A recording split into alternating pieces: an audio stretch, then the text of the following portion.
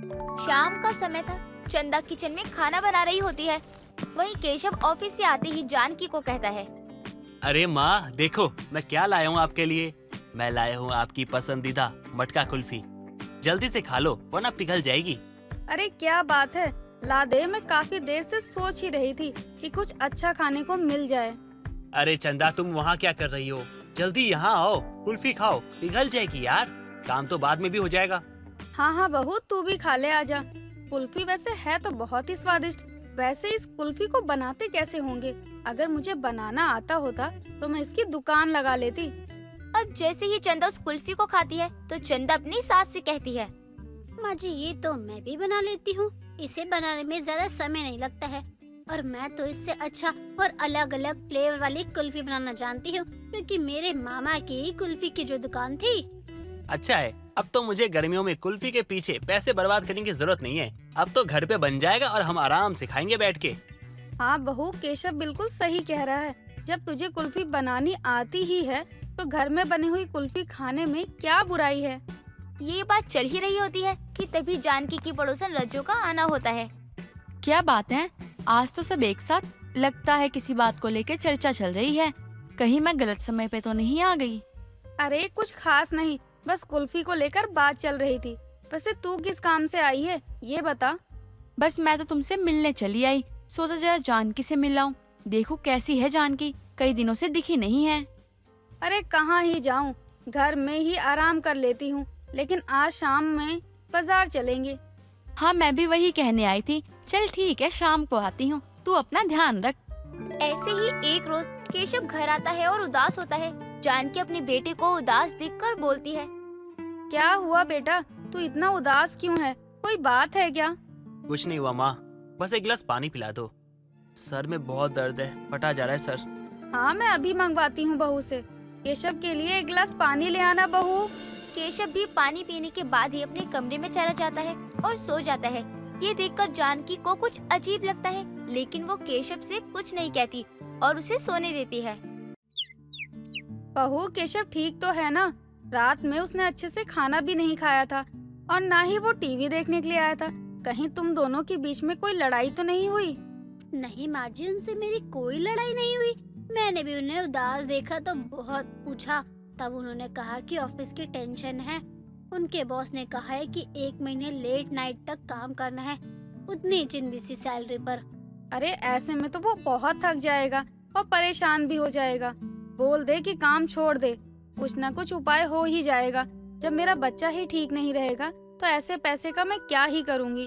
अब देर शाम जब केशव आता है तो जानकी अपने बेटे को गले लगाकर कहती है, अब तू इतना बड़ा हो गया है कि अपनी माँ से बातें छुपाने लगा है। कल से तू काम पर नहीं जाएगा, क्योंकि अब से हम सास बहू मिलकर कुछ धमाल करने वाले हैं। ऐसा क्या करने वाले हो आप लोग? देखो माँ, काम मैं अच्छे से कर रहा हूँ, मुझे कोई चिंता नहीं है।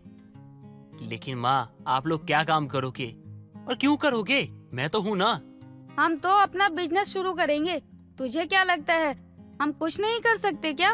केशव को कुछ भी समझ नहीं आ रहा था और वो घर की हालातों को देखकर अपना काम नहीं छोड़ पा रहा था। लेकिन अगले ही दिन पार्क के सामने एक रेडी लगी होती है जिस पर लिखा था सास बहू की स्पेशल मलाई मटका कुल्फी। आजकल मुझे हर जगह ही जानकी क्यों दिखती है? जानकी तो फिर भी ठीक है, लेकिन जब तो उस मटका कुल्फी की रेडी पर चंदा भी है। ये दोनों सास बहू मेरी आंखों का भ्रम तो नहीं है? सच में दोनों ने मटका कुल्फी की दुकान लगा ली है। इतना बोलकर जैसे ही रज्जो उस रेडी के पास जाती है तो वो देखती है कि उस रेडी पर सचमुच जानकी और उसकी बहू चंदा होती है। ये मैं क्या देख रही हूँ? जानकी तूने ये मटका कुल्फी की दुकान लगाई है? हाँ मैंने ही मटका कुल्फी की दुकान लगाई है। लेकिन तुझे किस चीज की कमी होने लगी जो तुम सास बहू ने कुल्फी की दुकान लगा ली? अरे काकी, कमी तो भगवान के दुआ से सच में नहीं है, लेकिन ये रेडी मैंने अपने हाथों के बने कुल्फी के टेस्ट को लोगों तक पहुंचाने के लिए खोली है। अच्छा ऐसा क्या? ला मुझे भी चखा दे, मैं भी तो देखूं बहू के हाथों की कुल्फी कैसी है। हाँ हाँ काकी, ये लो और खाकर बताओ कि मटका कुल्फी कैसी बनी है। वैसे मैंने अपनी तरफ से तो जी जान ही लगा दी है। अब रज्जो जैसे ही कुल्फी खाती है तो उसे कुल्फी का स्वाद बहुत पसंद आता है और वो कुल्फी खाते हुए चंदा की तारीफ करते हुए कहती है, अरे बहू, क्या कुल्फी बनाई है, खाकर तो मजा ही आ गया। सच में जान की तेरी बहू के हाथों में तो जादू है, जादू। हाँ वो तो है, लेकिन रज्जो आज तो मेरी बहू ने तुझे चखाने के लिए कुल्फी खिला दी, लेकिन अगली बार जब तू ये कुल्फी खाने आएगी ना तो पैसे लेकर आइयो। यहाँ आगे बोर्ड पर लिखा है 15 रुपए, 25 रुपए, 50 रुपए सबके रेट हैं। उस हिसाब से तू पैसे लेकर आइयो और कुल्फी खाकर जाइयो।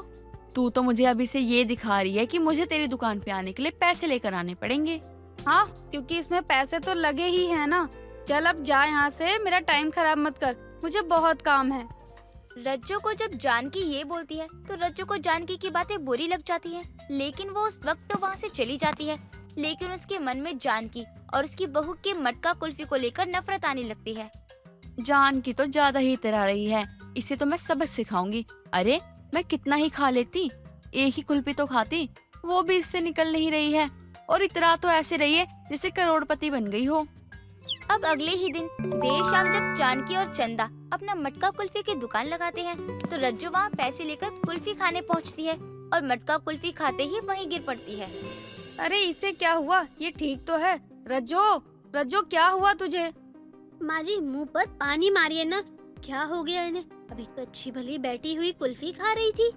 अरे चिंटू, मुझे लगता है इनकी कुल्फी में कुछ गड़बड़ है।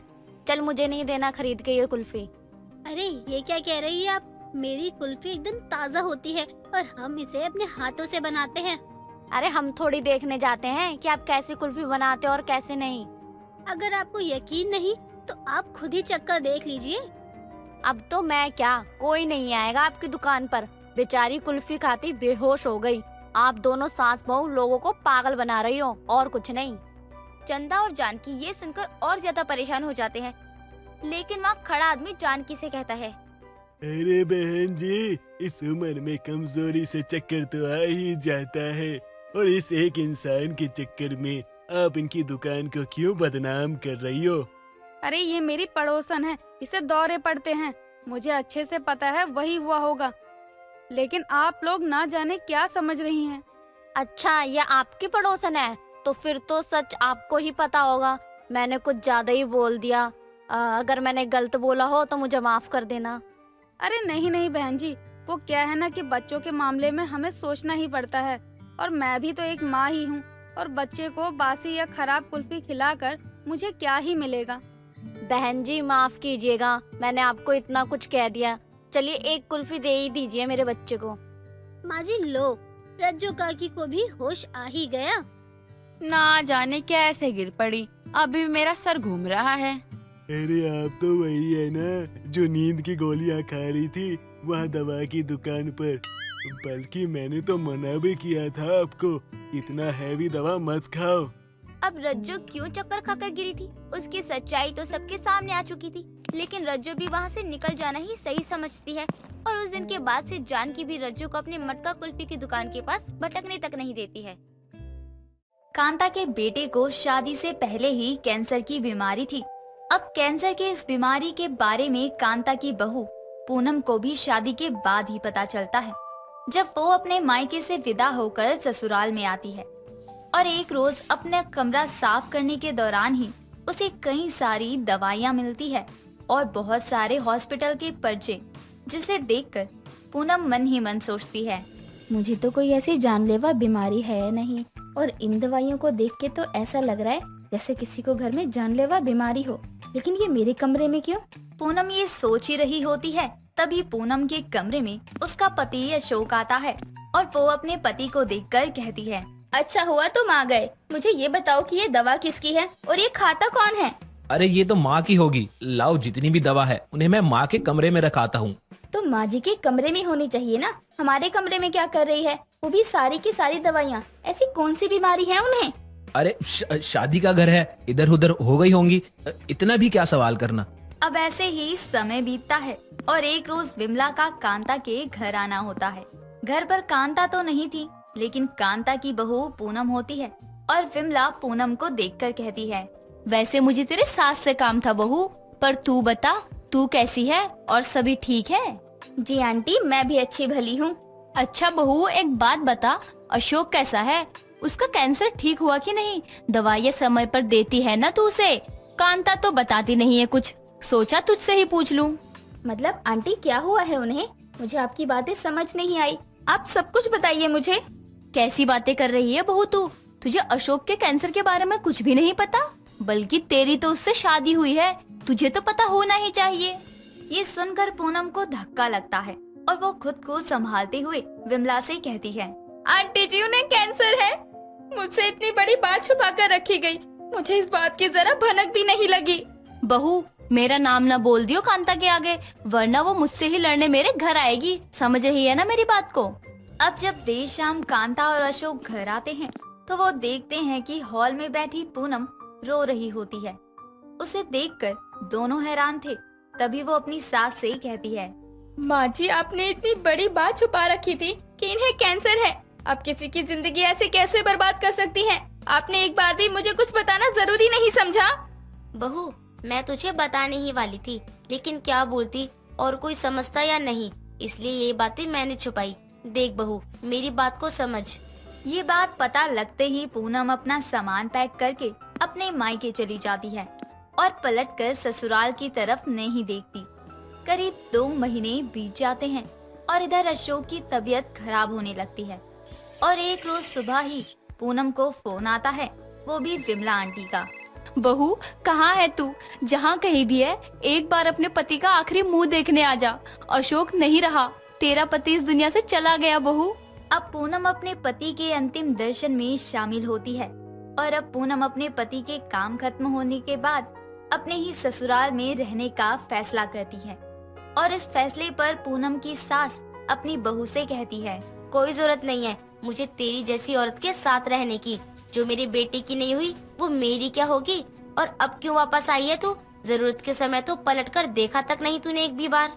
माँ जी आपको जितना सुनाना है सुना लो। मुझे अपने किए पर पछतावा है कि मैंने उन्हें छोड़कर मायके में रहने का फैसला किया। मैं आपका दुख समझती हूँ, लेकिन मुझे अपने साथ रहने दीजिए। बहू मुझे माफ कर दे, मैं एक वक्त की रोटी कहीं से भी मांगकर बनाकर खा लूंगी, लेकिन तुझे अब इस घर में नहीं रख सकती। पूनम को अपने किए का एहसास होता है और वो अशोक की माँ यानी अपनी सास का साथ निभाने और अपने पति के यादों के साथ अपने ससुराल में रहने लगती है और घर चलाने के लिए वो एक ढाबा भी खोलती है। अब ये देखकर कांता अपनी बहू की कोई मदद नहीं करती। इधर हर कोई पूनम के हाथों के बने खाने की तारीफें कर रहा होता है, लेकिन कई लोग विधवा बहू के ढाबे की बुराइयां भी करते हैं। एक रोज एक कपल अपने छोटे से बच्चे के साथ पूनम के ढाबे पर आते हैं, लेकिन जब वो औरत पूनम को विधवा देखती है तो वो अपने पति को रोकते हुए कहती है, जी सुनिए, हमें यहाँ खाना नहीं खाना चाहिए। देखो जरा इस औरत को जिसका ये ढाबा है, वो तो विधवा है और हम तो तीनों की सगाई में जा रहे हैं। चलो हम कहीं और खा पी लेंगे। तुम भी ना क्या क्या सोचती हो, ये पुराने समय की बातें थी। आज के समय में ऐसा बिल्कुल नहीं होता। मुझे नहीं खाना यहाँ पर और ना ही तुम्हें कुछ खाने दूंगी। चलो अभी यहाँ से। ये बातें पूनम भी सुन लेती है, लेकिन वो अपने काम में लग जाती है और वो दोनों कपल बिना खाना खाए ही वहाँ से चले जाते हैं। अब कुछ समय बाद एक सरदार जी पूनम के ढाबे पर आते हैं और वो पूनम के हाथों का खाना खाने के बाद पूनम से कहते हैं, ओहो तुसी खाना एकदम बढ़िया बनाता जी, मजा आ गया जी खा के मजा। जी धन्यवाद। पूनम सुबह अपने ढाबे पर जाती है और रात में वापस आती है। पूनम उसी ढाबे से अपना घर भी चला रही थी, लेकिन कांता को तो अपने बेटे के चले जाने का दुख था, जिसकी वजह से वो अपनी बहू को भी माफ नहीं कर पा रही थी। अब अगले ही दिन वो सरदार जी फिर से पूनम के ढाबे पर आते हैं और अपनी बेटी की शादी में खाने के लिए 2 लाख का ऑर्डर देकर जाते हैं, जिससे पूनम बहुत ही खुश होती है और वो अपनी सास को ये सारी बात बताती है। माँ जी आपको पता है कल के लिए सरदार जी 2 लाख का ऑर्डर दे गए हैं। बहू मैं तुझसे बात नहीं करना चाहती, तो तू अब मुझसे मजाक करेगी? नहीं माँ जी, ये देखिए 2 लाख का चेक सरदार जी ने दिया है। सच कह रही है बहू तू? लेकिन ये ऑर्डर पूरा कैसे होगा, ये तो देख ले अब तू। हाँ माँ जी, मैं भी यही सोच रही थी कि ये पूरा कैसे होगा, कुछ करती हूँ। पूनम देर रात तक कई रसोइयाँ ढूंढती हैं ताकि सरदार जी का ऑर्डर पूरा कर सके, लेकिन उसे अगली सुबह 11 बजे तक कोई नहीं मिलता और शाम तक ऑर्डर भी पूरा करना था। जिस वजह से अब कांता ढाबे पर मोहल्ले की सारी औरतों को लेकर पहुंच जाती है। और ये देखकर पूनम अपनी सास कांता से कहती है, ये क्या माँ जी, आपने इन्हें यहाँ क्यों बुलाया है? सब ठीक तो है ना? सब बिल्कुल ठीक है बहू, लेकिन अब हम सब मिलकर तेरे ऑर्डर को पूरा करने वाली हैं। चल चल बहू, लग जा काम पर, कोई बात नहीं। और ऐसे ही सारी औरतें काम पर लग जाती हैं और खुद कांता भी। और कुछ ही समय में यानी शाम तक खाना बनकर तैयार भी हो जाता है। सरदार जी के आदमी उसे ले जाते हैं। अब कांता और विमला की इस मदद के बदले पूनम सबको शुक्रिया करती है और अपनी सास कांता से कहती है, माँ जी आपकी नाराजगी जायज है, आपको जो ठीक लगे मुझे सजा दीजिए। तुझे मैं क्या सजा दूंगी? तू तो अपने पति को खोकर जिंदगी भर की सजा पा रही है, ऐसे में तुझे और क्या ही कहा जाए।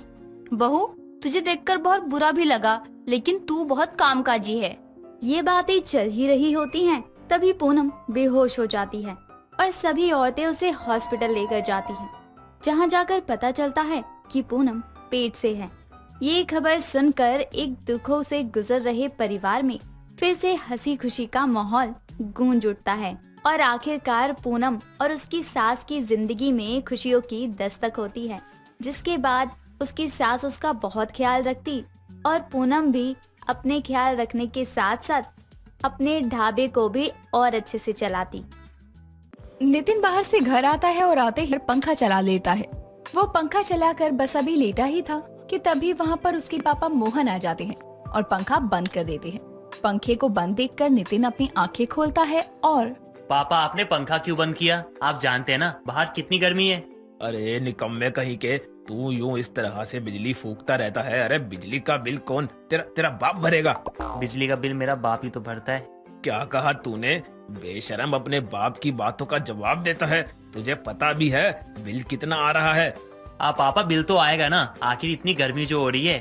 और वैसे भी अभी मैंने एक पंखा ही तो ऑन किया है, उसमें भी आप इतना भड़क रहे हो। गर्मी हो रही है? हाँ पापा, बहुत गर्मी हो रही है। एक काम कर, ज्यादा गर्मी हो रही है तो बाहर चले जा। बाहर की धूप लगेगी तो तुझे गर्मी का एहसास हो जाएगा। ये कैसी बात कर रहे हैं आप? बाहर तो और ज्यादा गर्मी हो रही है। अभी अभी बाहर से आ रहा हूँ, बाहर इतनी ज्यादा गर्मी है ना, मेरा तो कीमा बनते बनते रह गया। दोनों बाप बेटे आपस में बातें कर रहे थे। तभी वहाँ पर नितिन की बहन नीतू आती है और अपने भाई की बातों का जवाब देते हुए कहती है, अच्छा वाह, तेरा बस कीमा ही बना। अगर तू थोड़ी देर और घर से बाहर रहता ना तो मैं तुझे फ्राइड चिकन भी बना देती। और पापा, आप इसको ना बाइक देकर बहुत बड़ी गलती की है आपने। जब देखो ये अपनी बाइक से इधर उधर निठल्लों की तरह घूमता रहता है। पर हुआ क्या है? हुआ क्या है? अरे ये अपनी खटारा बाइक से पता नहीं कहाँ जा रहा है। उधर कीचड़ था और इन जनाब की नजर तो अपने आसपास के लोगों पर होती ही नहीं है। इसने मेरी फ्रेंड के ऊपर कीचड़ उड़ा दिया था। बेचारी के सारे कपड़े खराब हो गए। मैं तो बाइक चला रहा था, देखना तो तुम दोनों को चाहिए था ना। अब हटो यहाँ से, मुझे मेरे कमरे में जाने दो। नितिन अब अपनी बातें पूरी कर वहाँ से चला जाता है। नितिन अपने कमरे में लेटा फोन चला रहा था, तभी उसके पास एक कॉल आता है। वो वहाँ से बिना लाइट पंखे बंद किए ही बाहर चला जाता है। कुछ समय बाद मोहन नितिन के कमरे में किसी काम से आता है, जहाँ वो पंखे लाइट्स को चालू देखकर अपनी पत्नी को आवाज लगाते हुए कहता है, अरे ओ नितिन की माँ, जरा अपने लाडले के कमरे में तो आओ। मोहन की आवाज सुनकर नीतू और नीतू की माँ शारदा नितिन के कमरे में जाते हैं। क्या हो गया? क्यों चिल्ला रहे हैं आप? अरे चिल्लाऊं नहीं तो क्या करूं? देख रही हो तुम अपने लड़के की करतूतें। हे भगवान, अब क्या कर दिया मेरे लाडले ने? जब देखो तब आप उसके पीछे ही पड़े रहते हो। अरे अपने बेटे को ज्यादा बढ़ावा मत दो, समझी? तुम्हारे लाडले ने फिर से अपने कमरे की लाइट्स और पंखे ऑफ नहीं करे। अरे एक तो उसको कोई काम धंधा नहीं है, ऊपर से बिजली फूकता रहता है। अरे आने दो, इस बार बिजली का बिल मैं नहीं भरूंगा, इसी से भरवाऊंगा इस बार। पर नितिन भरेगा कहाँ से? वो तो कोई काम ही नहीं करता और उसके पास तो पैसे भी नहीं है। अरे वो तुम्हारा बेटा देखे, अब मैं उसको और मुफ्त में बिजली का भुगतान नहीं करने दूंगा। मैंने अभी पिछले महीने ही 5,000 का बिल भरा है। एक तो गर्मी, ऊपर से इस बिजली ने अपना कहर हम पर ही बरसा रखा है। मोहन गुस्से में नितिन के कमरे की लाइट्स को ऑफ करके वहाँ से चला जाता है। तो वहीं शारदा भी गुस्से में अपने घर के कामों में लग जाती है। पर अपने घर का इस तरह का माहौल देखकर नीतू खुद से बोलती है, नितिन, सच में बहुत कामचोर और बिजली फूकने वाला लड़का है। जब तक इसके सर पर जिम्मेदारी का बोझ नहीं आएगा ना, तब तक ये सुधरने से तो रहा। अब मुझे ही कुछ करना पड़ेगा। नीतू अब अपने पापा के पास जाती है और अपने पापा से बोलने लगती है। पापा, नितिन सच में बहुत ही लापरवाह हो रहा है। हमें इसे सुधारने के लिए कुछ तो करना ही पड़ेगा। अरे ये कभी नहीं सुधरेगा बेटा, इसकी मोटी बुद्धि है, मोटी। अरे बैल बुद्धि वालों को कुछ समझ नहीं आता, जितनी बार समझा लो। नहीं पापा, नितिन ऐसा नहीं है, बल्कि वो तो एक अच्छा लड़का है। मैं उसकी बहन हूँ। उसके बारे में मैं भले ही कुछ भी बोलूं, पर सच तो यही है कि वो दिल का बहुत अच्छा है। शाम को जब नितिन घर आता है तब वो देखता है कि मोहन उसकी माँ को भला बुरा बोल रहा था। ये क्या बदतमीजी है पापा, आप माँ को इस तरह से सुना क्यों रहे हो? तुम्हारी वजह से। अरे नितिन, थोड़ी सी शर्म कर ले। ये तुम मुझसे कैसे बात कर रही है? अपने से बड़ों से कैसे बात की जाती है, इसकी तमीज भूल गई है क्या तू? अरे तमीज इसको नहीं बल्कि तुझे सीखनी चाहिए। जो इंसान अपने बाप की इज्जत नहीं करता, जो इंसान अपने बाप की बातों का मान नहीं रखता, उसका कोई हक नहीं बनता इस घर की बेटी को तमीज सिखाने का। और हाँ, वो बाहर जाकर काम करती है, 2 पैसे लेकर आती है इस घर में, और मेरे पास पैसे नहीं होते तो बिजली का बिल भी देती है। इसलिए इसका जो मन करेगा ये वो बोलेगी। तेरी तरह मुफ्त की बिजली की ऐश और मुफ्त की रोटी नहीं तोड़ रही इस घर में। पापा, अब नितिन को उसके घर में काफी बेइज्जत कर दिया जाता है।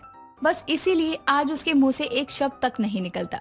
वो अपनी आंखों में आंसू लिए अपने कमरे में चला जाता है। थोड़ी देर बाद नीतू अपने भाई नितिन के पास जाती है और उसे समझाते हुए कहती है, भाई, क्यों आई है तू यहाँ? चली जा यहाँ से। देख नितिन, तू पापा की बातों का बुरा मत मान। पापा तुझे क्या समझाना चाह रहे हैं उसको समझ। मैं तुझसे छोटी हूँ और मैं बाहर जॉब कर रही हूँ। जरा सोच, जब पापा को कोई ये बोलता होगा कि आपका बड़ा बेटा निठल्ला घूमता है और आपका लड़का आपके टुकड़ों पर पलता है, तो पापा को कितना बुरा लगता होगा। अब पापा की उम्र हो चली है, पापा के कंधों की जिम्मेदारी तुझे ही उठानी चाहिए, पर तू है कि उनकी मदद ना करवाकर उल्टा उनका बोझ बढ़ाता है। और तू जानता है ना, पापा तुझे बिजली के लिए ही क्यों बोलते हैं, ताकि तू उनकी परेशानी को समझे। पापा ने पिछले 2 महीने से बिजली का बिल नहीं भरा है। पापा का काम नहीं चल रहा है। मेरी जो सैलरी आती है वो तो घर में चली जाती है। तू उनका सहारा बन नितिन। तू सही कह रही है मेरी बहन। अब मैं मेहनत करूंगा और इस घर में अपना पूरा योगदान दूंगा। नीतू नितिन को जो समझाना चाह रही थी, नितिन वो समझ जाता है और अब वो अगले दिन उठता है और काम की तलाश में निकल जाता है। और किस्मत से उसकी एक जगह अच्छी कंपनी में नौकरी लगती है। अब क्या था, चेहरे पर मुस्कुराहट के साथ नितिन अपने हाथों में मिठाई लिए अपने घर आता है, जहाँ वो देखता है कि उसके घर में कुछ लोग आए हैं और उसकी माँ एक साइड खड़ी है और सोफे पर मोहन अपने सर पर हाथ रखकर बैठा है। साथ ही नीतू उन लोगों में से एक लड़के से बातें कर रही है। देखिए सर, गर्मी वैसे ही बहुत ज्यादा है। अगर आप हमारे घर की लाइट्स कट कर देंगे तो कैसे काम चलेगा? देखिए मैडम, वो सब हम नहीं जानते, पर सच तो यह है कि पिछले 2 महीने से आपका बिल नहीं भरा है, इसलिए हमें आपके घर की बिजली काटनी पड़ेगी। तुम लोग जाओ, इनके घर की बिजली काटो। ये आप क्या कर रहे हैं? आप हमारे घर की बिजली इस तरह से काट नहीं सकते। देखिए मिस्टर, आप हमें हमारा काम ना सिखाए तो ज्यादा अच्छा होगा आपके लिए। हम यहाँ बिजली विभाग से आए हैं और हम बिजली काटे बिना यहाँ से जाने वाले नहीं हैं। देखिए सर, जितना भी बिजली का बिल आया ना, मैं उसे भर दूंगा। आप मुझे बस 1 महीने की मोहलत दे दीजिए। 1 मिनट, बिजली तो तब काटी जाती है ना जब 3 महीने तक बिजली का बिल नहीं भरा जाता। जहाँ तक मुझे याद है, पापा ने पिछले महीने ही 5,000 रुपए का बिजली का बिल पे किया था। नितिन की ऐसी बातें सुनकर अब सब हंसने लगते हैं। उन सभी को हंसते देखकर नितिन को कुछ समझ नहीं आता कि वो सब क्यों हंस रहे हैं। अब आप सब क्यों हंस रहे हो? पापा, मैंने कहा था ना कि भाई काफी समझदार है। हाँ, अब तो मानना पड़ेगा, इसके पास भी दिमाग है। अरे मैं तो बोल ही रही थी कि मेरा बेटा लाखों में एक है। अरे ये सब क्या हो रहा है? कोई मुझे भी तो समझा दो। नितिन, ये कोई बिजली विभाग से नहीं आया, ये मेरा दोस्त है और हमने तुझे सबक सिखाने के लिए ये सब किया था। क्या यार, तुम सब भी ना। वैसे अब मिठाई खाओ क्योंकि मेरी जॉब लग चुकी है। नितिन अब सबको अपनी जॉब लगने की खुशी में मिठाई खिलाता है। साथ ही अब नितिन को बिजली बचत के बारे में भी पता चलता है और अब वो गर्मियों में अपने पापा के साथ मिलकर बिजली का बिल भरता है। दोस्तों, अगर आपको ये कहानी पसंद आई तो इसे लाइक करें, शेयर करें और कमेंट करके बताएं कि कहानी में आपको सबसे अच्छा क्या लगा।